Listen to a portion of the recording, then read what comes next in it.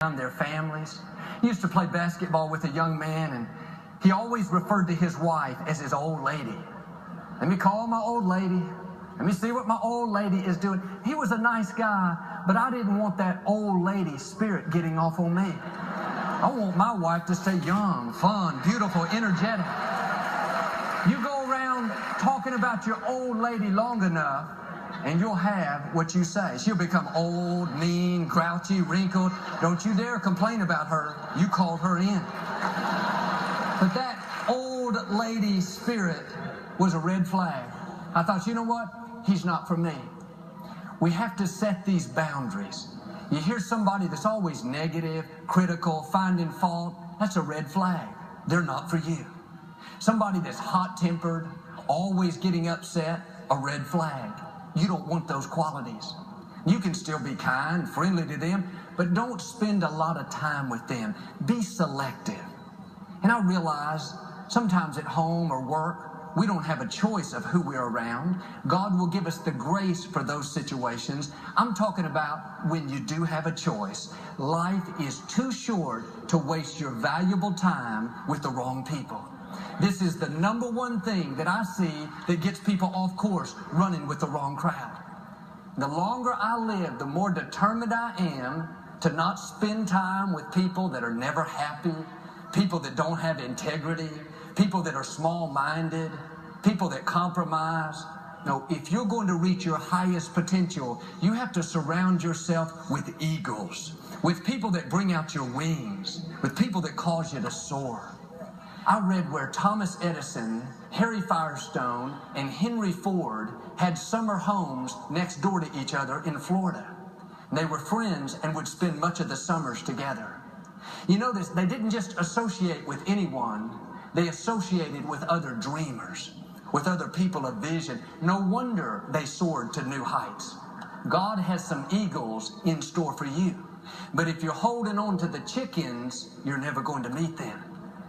And the scripture says, people that choose worthless companions bring shame to their parents. Are you hanging out with any worthless companions? Doesn't mean, of course, the people are worthless, but they're not adding any value to your life. They're not inspiring you to reach your dreams. They're dragging you down. For instance, you shouldn't go to lunch every day and sit with coworkers that gossip, complain, talk bad about people. No disrespect, but those are worthless companions. You are better than that. Well, Joel, if I don't go to lunch with them, I'll be lonely. I won't have anybody to eat with. Yes, you may be lonely for a season, but God will bring you somebody better. He'll send an eagle into your life.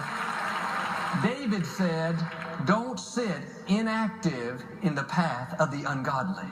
That means don't sit there and let that gossip poison you for the next 20 years.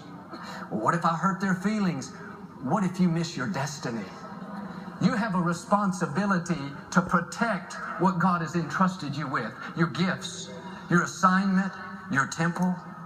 Don't keep going to the gym with those same people that are causing you to compromise year after year. Find new friends. Don't sit inactive. If you're exposed to mediocrity long enough, that mediocre spirit will get off on you.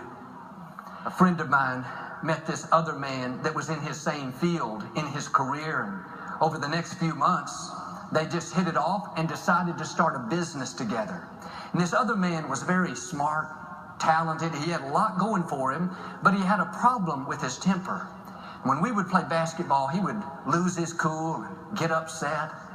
During the week, if he misplaced his keys or missed an important phone call, it would just set him off. He would get so angry. And they had this business plan all put together, looked like a deal that my friend couldn't refuse, but at the last moment, he told this man that he didn't feel good about it. He was going to have to pass. Several years later, my friend met another man, an eagle, a man of great character and integrity. They started a business that today is extremely successful. What am I saying? If you'll let go of the wrong people, God will bring the right people. Don't settle for a chicken. God has an eagle. He wants you to soar.